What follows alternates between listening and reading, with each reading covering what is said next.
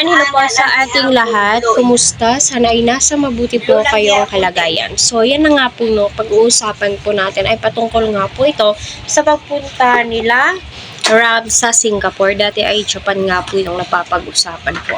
So, ayun na nga po, no, papayagan nga ba itong si Beyonce? Unang-una sa lahat, napakagandang opportunity po yan. And once in a lifetime lang po yan.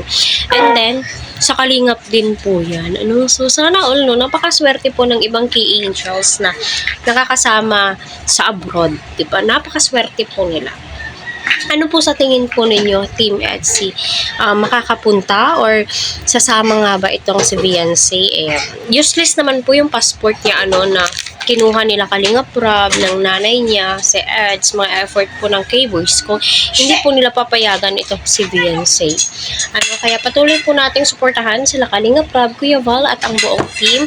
Huwag po natin skip ang kanilang ads para sa ganun nga po ay marami pa pong kababayan po natin ang kanilang malingap and syempre ang kanilang matulungan sa hirap pa naman ng buhay ngayon. So, kailangan po talagang magsumikap.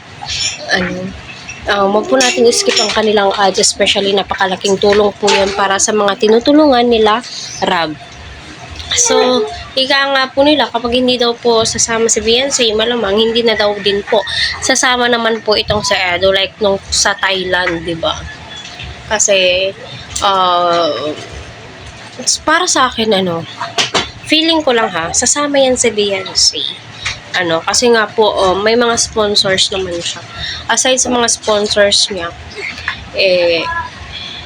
once in a lifetime at pangarap po yan ng karamihan, kahit sino gustong makapunta sa Singapore, like Hong Kong, Disneyland, Japan, so napakaswerte na lamang din po.